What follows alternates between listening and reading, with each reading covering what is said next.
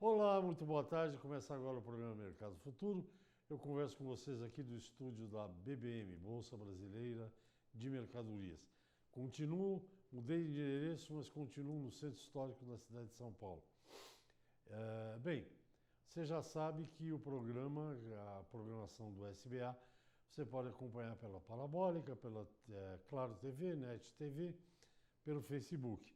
O site é www.sba1.com. E o programa Mercado Futuro está em algumas redes aí que vocês costumam usar, e eu também, né? Então você entra lá, www.programamercadofuturo.com.br. À esquerda da sua tela, no seu monitor, tem 5 ícones que vocês conhecem: o passarinho, o F, enfim, Instagram, LinkedIn, Facebook, Twitter e YouTube. No YouTube, especialmente, ficam todos os programas. Todos os programas que eu gravei em 2019 estão lá. Você pode usar, mandar para os amigos, enfim.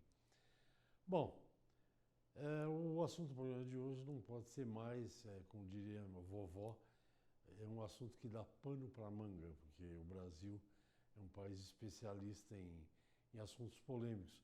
Quando não somos nós que polemizamos, é o mercado internacional que polemiza. E por aí vai. Vamos falar de direito ambiental. Pode ser que meu entrevistado me convença do contrário, mas eu tenho a sensação que nós temos a legislação ambiental mais rigorosa do mundo. Se ela é cumprida ou não, aí já é uma outra questão, vamos ficar por aí.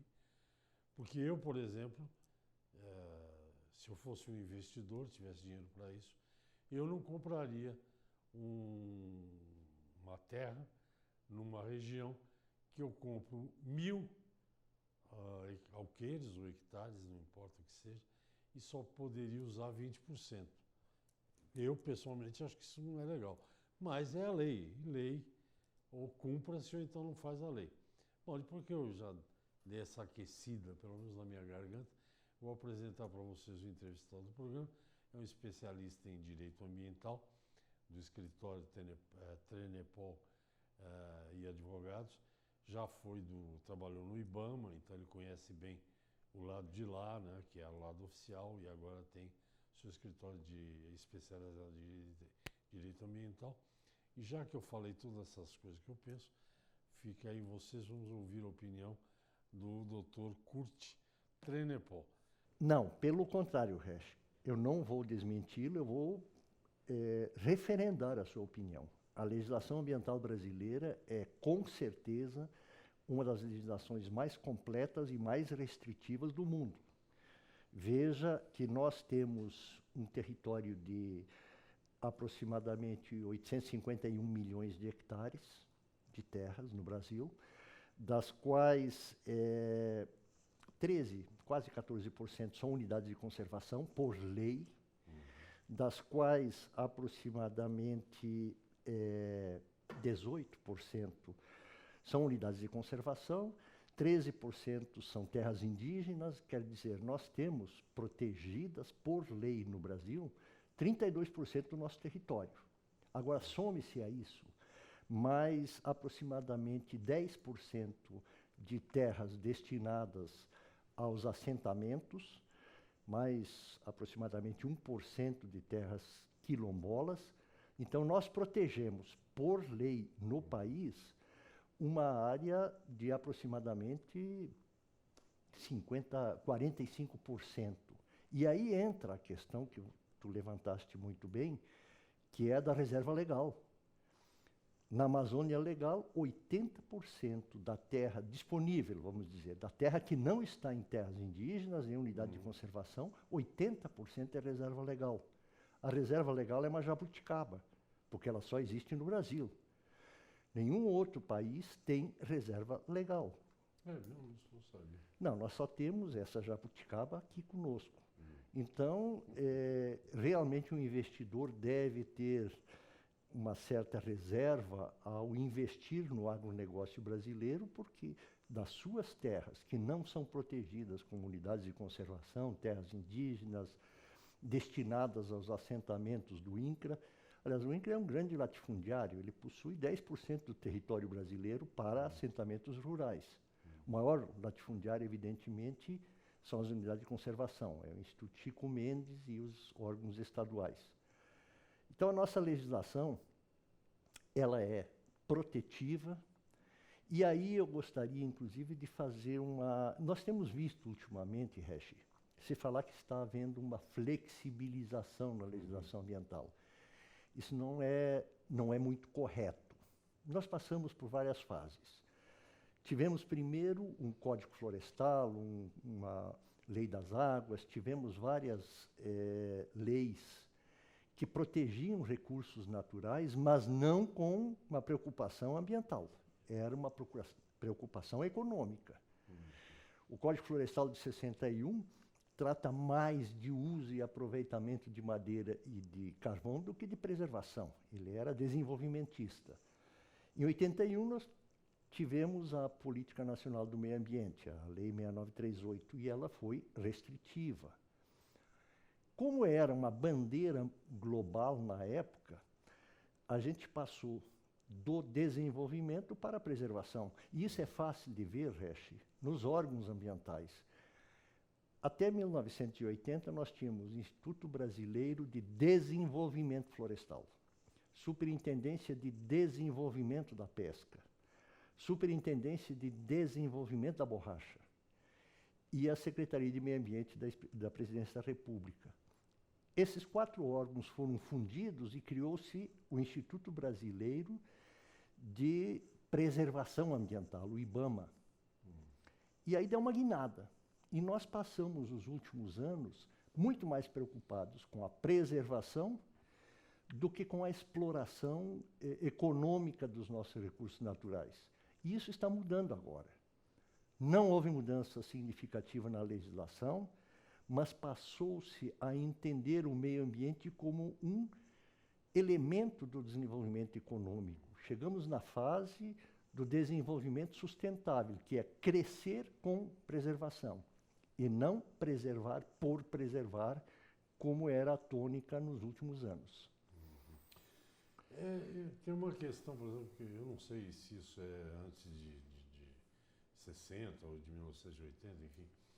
Eu conheço alguns produtores, alguns empresários rurais, que já estão há anos, há 30, 40 anos, que eles fazem com supervisão dos organismos todos nacionais. Até a atual ministra andou falando disso recentemente. Eles fazem exploração da floresta, uma exploração fiscalizada, quer dizer, ele pode cortar a árvore quando ela tiver um diâmetro superior a uma regra qualquer e preserva, porque ele tira a árvore, mas aí vem outra e vem outra. Isso existe há muito tempo, acho que desde 1960. O plano de manejo florestal sustentável, ele é um instrumento que já era muito utilizado pelo IBDF, que é o antecessor do IBAMA, porque ele era um órgão de desenvolvimento florestal. Então, quando se explora a floresta de forma racional, retirando exemplares previamente identificados e autorizados, isso permite uma regeneração. A floresta, principalmente a floresta amazônica, ela regenera muito rápida. A partir do momento em que se tira uma árvore de grande porte, quer dizer, com valor comercial, as suas sementes e os seus filhos que estão no solo tendem a crescer e ocupar o espaço. O manejo florestal é uma das grandes alternativas para quem quer fazer exploração florestal na Amazônia, principalmente visando o mercado internacional. Porque quando autorizado pelo órgão ambiental o plano de manejo florestal, essa madeira agrega valor no mercado internacional. Sim, porque é certificada. Então. Ela não só é certificada, como ela tem a garantia do órgão ambiental de que não houve exploração predatória na floresta. Entendi. E uma questão curiosa, que aliás é a sua especialidade, infração ambiental. Como é que é controlado, por exemplo? Como é que o IBAMA controla uma área tão imensa como é chamada Floresta Amazônica é metade do Brasil, né? Praticamente. Isso é o que? É satélite? Como é que se controla isso? Evidentemente, o IBAMA nem o IBAMA, nem os órgãos estaduais teriam condições de estar presente numa área do tamanho do Brasil, é um continente.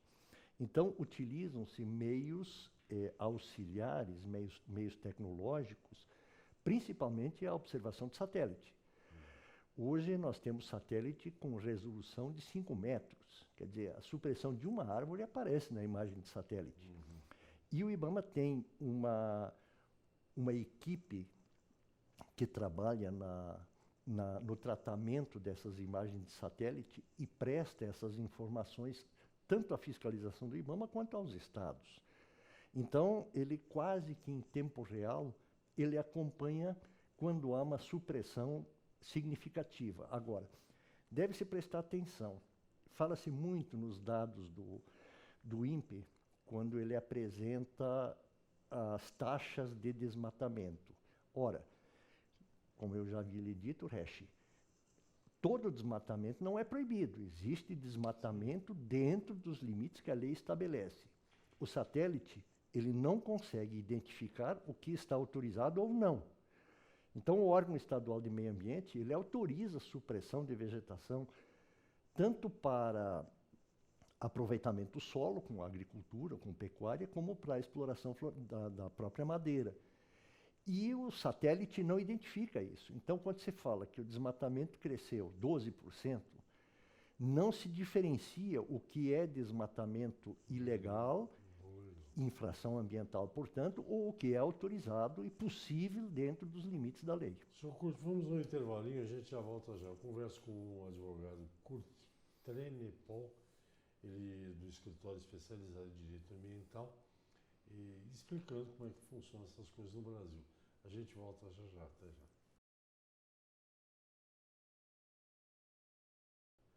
Ok, estou de volta ao programa Mercado Futuro. Eu converso com o advogado Kurt Trenepol, especializado de infrações em direito ambiental. Aliás, o Kurt trouxe um livro aqui. Vamos falar do livro no comecinho desse segundo bloco. É aqui, Infrações Ambientais. Comentários ao Decreto 654/2008. E o prefácio é de um ministro, deve ser do Tribunal... Do STJ. Do STJ. STJ é Supremo Tribunal... Superior Tribunal de Justiça. Superior Tribunal de Justiça. O que é feito pelo senhor, escrito pelo senhor Kurt, pelo Terence Trenepol e pela Natasha Trenepol, que está aqui com a gente hoje. O que trata esse livro que eu mostro para vocês, depois eu digo onde vocês podem encontrar. Esse decreto aqui 6514. Veja, Resch, a Lei 9605 elencou os crimes ambientais. Okay. Mas os crimes é competência do judiciário, aplicar qualquer tipo de sanção. Então, o Executivo editou esse decreto 6514, estabelecendo as multas, as sanções administrativas. Multa, embargo, apreensão do produto, enfim, todas aquelas sanções que são aplicadas quando há uma infração contra o meio ambiente. Eu havia publicado parte desse trabalho há 10 anos atrás, quando ainda era procurador federal e atuava no IBAMA. Agora, eu trouxe a visão da Natasha, que tem uma experiência muito grande no setor corporativo, trabalhou em multinacionais, trabalhou muitos anos na Alemanha, na União Europeia, e do Terence, que vem de grandes escritórios americanos de direito, para que a visão não ficasse muito institucional como era. E nós analisamos o que é a infração ambiental, quando ela ocorre e quando... Peguemos o caso do embargo. Nós tivemos problemas sérios no Mato Grosso nos últimos anos, porque os órgãos estaduais passaram a autorizar a supressão de vegetação. O que antes era uma competência privativa do IBAMA, passou para os órgãos estaduais. E muitas vezes a fiscalização do IBAMA entendia de não aceitar as autorizações emitidas, as licenças emitidas pelo Estado. Fazia o quê? autuava e embargava a atividade. Então nós tivemos, o estado do Mato Grosso é emblemático nesse sentido, principalmente no nortão do Mato Grosso, em que a fronteira agrícola avança muito rápida. E com esse avanço da fronteira agrícola, o Estado autorizava e o IBAMA e a fiscalização do IBAMA embargava as atividades. E aí perdeu-se o ciclo, quer dizer, o tempo do plantio e da colheita, perdeu-se soja plantada em grande quantidade, porque uma vez embargada a área, o produtor não podia mais, e nem tinha interesse em colher a soja se ele não poderia comercializá-la. Então, nesse livro, nós tratamos basicamente, Resch, de uma visão do direito ambiental e do direito do proprietário.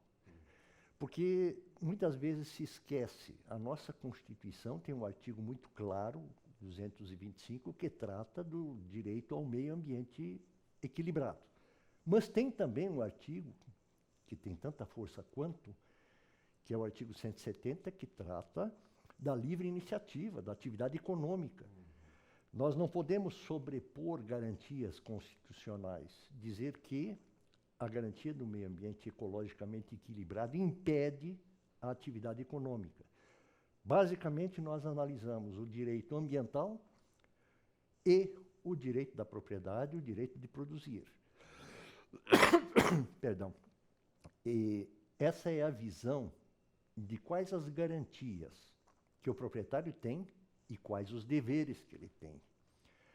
Quais são os poderes dos órgãos de fiscalização e quais são os seus limites. Esse caso do Mato Grosso, dos embargos, por exemplo, é emblemático, porque os órgãos ambientais extrapolaram o limite da lei. Eles usaram a defesa do meio ambiente, que é uma bandeira que todo mundo abraça, que todo mundo aceita, e extrapolaram o seu poder de polícia, impondo restrições, no caso, o não reconhecimento da autorização dos órgãos estaduais, que causaram enormes prejuízos. E esse é o enfoque que nós damos. Até onde vai a sua obrigação legal de preservar o meio ambiente e aonde começa o seu direito de propriedade e o seu direito de exercício de atividade econômica. Tem uma coisa curiosa aqui em São Paulo. Minha esposa tem uma área pequena, uma área no Embu das Artes, que é muito próximo aqui de São Paulo. E ali faz parte acho que da área da Guarapiranga, que é a água que a gente bebe aqui.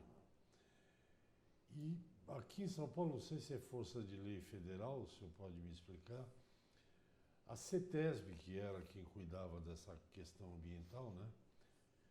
Ela atribuiu aos prefeitos essa coisa de autorizar a supressão ou não. No caso que eu estou lhe contando do Embu, como tem um prefeito lá, bom, eu não falo de política, está sendo uma dificuldade manter aquela área preservada, porque ela é uma área de Mata Atlântica, totalmente preservada, né? Então, no caso de São Paulo, por exemplo, eu acho que foi um erro a CETESB autorizar que os prefeitos cuidem dessa questão. Mas na área federal, não sei porque. O IBAMA, para cuidar do país inteiro, realmente é complicado, né? O Resch, ocorre o seguinte, no caso do seu latifúndio ali em Embu das Artes, latifúndio improdutivo, diga-se de passagem, porque ele é a Mata Atlântica, ele só cumpre a sua função ambiental. A gente tem uma alta produtividade em insetos, mosquitos, essa coisa isso é bom também. Muito alto. Nesse caso, aplicam-se a essa propriedade uma norma federal, que é a Lei da Mata Atlântica, que Mata Atlântica é um dos ecossistemas mais devastados no país, nós temos menos de 7% hoje da cobertura original, e aplica-se também a área de preservação permanente no entorno da reserva da bacia de Guarapiranga, que abastece São Paulo. Quanto a CETESB repassar a competência para o município, existe previsão na Lei Complementar 140, que ela é de 2011, ela estabelece qual é o nível de competência de cada um. de cada ente federado, da União, do Estado e do município.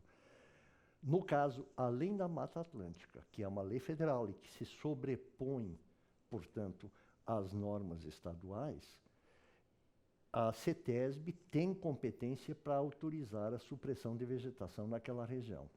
E talvez até pelo tamanho do estado de São Paulo, pela sua complexidade, repassou ao município competência para autorizar supressão de vegetação. Veja, isto no caso de supressão para aproveitamento, para o uso, para o aproveitamento econômico da madeira. Essa competência é da CETESB e ela repassou ao município. Agora, se tu fores implementar alguma atividade econômica nessa tua propriedade, aí o órgão que é competente para licenciar o empreendimento também é competente para licenciar a supressão da vegetação. Mata Atlântica, em princípio, a dificuldade para a supressão de vegetação é muito grande, mas não é impossível. Em alguns casos de utilidade pública, de interesse social, é possível que se autorize supressão da vegetação da Mata Atlântica mediante a compensação. Bastaria que tu tivesses um outro terreno na mesma microbacia ou na mesma bacia hidrográfica e fizesse uma compensação fazendo um replantio. Então, ao contrário do que muita gente pensa, de que a Mata Atlântica é imexível, não é. Mas existem mecanismos de compensação. Nós vamos ao intervalo. Ali a questão é bem complicada, porque você imagina, nós estamos ao lado do Rodoanel, então a voracidade por dinheiro de certas pessoas que não têm muita moral e etc. Você imagina a pressão econômica para fazer galpão e o diabo a quatro. E que, na verdade, é unicamente pressão econômica. Mas vamos ao intervalo, a gente já volta já. Converso com o doutor Kurt Trenepol, do Trenepol e Advogados. A gente volta rapidamente, até já. Ok, estou de volta ao programa Mercado Futuro. Eu falo com vocês aqui do estúdio da BBM. Estou mostrando aí, vocês estão vendo, é o livro do meu entrevistado, Kurt Trenepol, e do Terence e da Natasha, com o meu sobrenome, Infrações Ambientais. Já que vocês estão vendo o livro, eu vou perguntar aqui pro Kurt, se alguém se interessar, e com certeza vai se interessar, onde é que ele encontra esse livro. Se tem virtual, se tem só. Esse aqui é do livro do jeito que eu gosto. Tem cheirinho de papel, adoro. Mas se tem aqueles que não tem papel. Na verdade, Resch, o livro está disponível na maior rede de livrarias do país ou através do site com a editora Revista dos Tribunais, que é a nossa editora que nós trabalhamos. Mas a maior parte das livrarias especializadas em direito no Brasil, o livro está disponível. O que não falta aqui no entorno de onde nós estamos. Realmente aqui o cheirinho dos livros chega a ser quase tão forte quanto do monóxido de carbono. Exatamente. Aqui não, porque aqui nós temos uma faculdade de Direito ao lado aqui. Exato. Bem pertinho. Vamos voltar aqui, nós temos mais um pouco de tempo ainda. Aquela história, como é que o senhor já foi presidente do IBAMA? Essa história que teve recentemente, que mandaram queimar, quando pegam alguém fazendo uma coisa ilegal na floresta, podia queimar os equipamentos. Como é que é essa história? É curioso isso. Não é curioso, é triste. Porque, na verdade, há uma previsão de destruição do equipamento. Desde que esse equipamento esteja sendo utilizado numa prática ilícita. 2, desde que tenha o direito de ampla defesa. Não se pode queimar, aplicar uma sanção de destruição de equipamento sem que o cidadão se defenda. Essa previsão legal de destruição do equipamento utilizado na prática ilícita, ela se aplica em 2 casos apenas. Quando o objeto não tem utilização lícita. Quer dizer, uma gaiola para apanhar animais silvestres na natureza, um alçapão. Ele não tem utilização lícita, ele somente pode ser utilizado para prática ilícita. Então ele pode ser destruído imediatamente, porque não existe defesa possível. Agora, um caminhão ou um trator, ele pode ser utilizado, aliás, ele foi construído, ele foi fabricado para utilização em atividades lícitas. Se ele está sendo empregado em atividade ilícita, tem que se dar ao proprietário, mesmo que ele esteja praticando um ilícito com esse equipamento, o direito de se defender. A previsão dessa destruição é, por exemplo, balsas de garimpo, que não podem ser retiradas, porque pouca gente sabe, mas uma balsa utilizada no garimpo é uma coisa monstruosa, é praticamente um navio. Então não tem como se retirar o equipamento do local. Então existe a previsão legal de que se faça a destruição na hora. O problema é que isso se tornou uma prática muito comum e que teve efeitos reversos.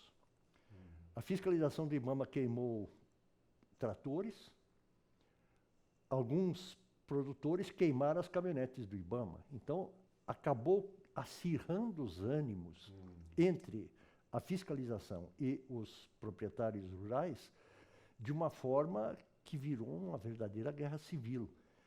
Mas eu posso lhe afiançar, Resch, não se destrói equipamento que não foi fabricado com finalidades ilícitas, equipamento que pode ser utilizado em práticas legais, foi produzido para isso, sem que o proprietário tenha o direito de se defender. Não se pode exacerbar os ânimos nem na prática ilegal, nem no combate a essa prática. Precisa haver um equilíbrio entre as forças. Essa é a tese do atual ministro do Meio Ambiente, Ricardo Salles, que já esteve aqui, inclusive. Eu tenho duas perguntas para você, que são questões que eu não consigo entender muito bem. A primeira questão é a seguinte: com relação à madeira, né, a mogno, etc., etc., eu acho que tem uma coisa que faz parte da gente, que tem um pouco de contato com esse tema, de deixar claro, por exemplo. Há muitos anos eu escrevi, falei na TV e tudo, um recado aos europeus, quando se falava muito que estaria em extinção o jacaré no Brasil. Caimã, né, que chama... Sim. Iacaré, caimã, uma coisa assim. Eu mandei um recado para a União Europeia: vocês parem de usar sapatos de couro de jacaré, que vão parar de matar o jacaré. Isso também é um caso. No caso da madeira, eu acho que vale o mesmo recado para a União Europeia. Não estou falando da Angela Merkel, se é que você é fã dela, mas, enfim, ou do Macron. Mas se eles pararem de comprar, perde valor, né? Por um lado. E a segunda pergunta é uma curiosidade pessoal minha.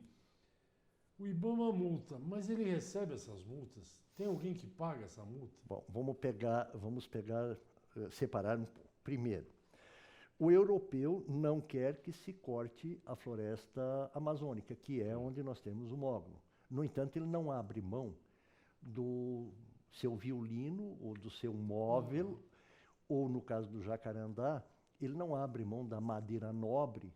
Ora, basta entrar nas construções mais antigas, mais tradicionais na Europa, que o que se encontra de mogno brasileiro, eu acho que tem hoje muito mais mogno em forma de móveis ou revestimento de paredes na Europa do que no Brasil, certamente. Com certeza. Então ele quer que se preserve, mas não quer abrir mão de certos confortos ou de certos luxos, eu diria até, que são propiciados pelo nosso mogno, pelo nosso jacarandá. O sapato do couro de jacaré é a mesma coisa. Hoje já existe um movimento muito forte na Europa, por exemplo, dificilmente alguém tem coragem de sair com uma estola de pele de raposa, ou com um sapato de jacaré. Corre o risco de ser linchado. Ou de se jogar em tinta nele.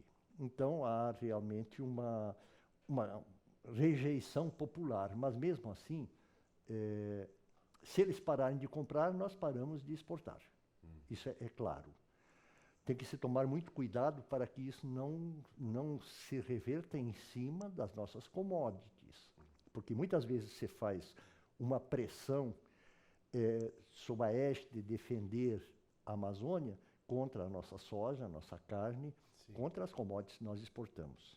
Quanto às multas, tem um detalhe importante.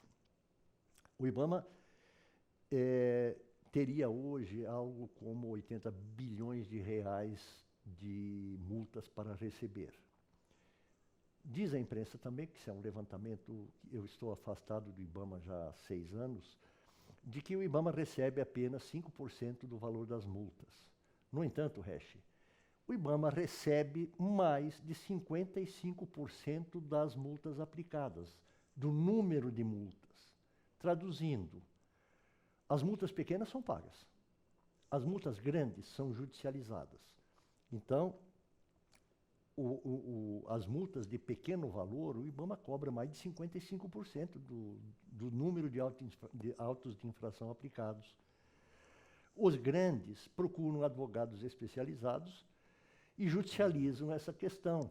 É a história da prisão em segunda instância. Quem tem dinheiro não paga nada, não vai preso e não paga nada. Nosso tempo está acabando, eu só vou deixar você concluir.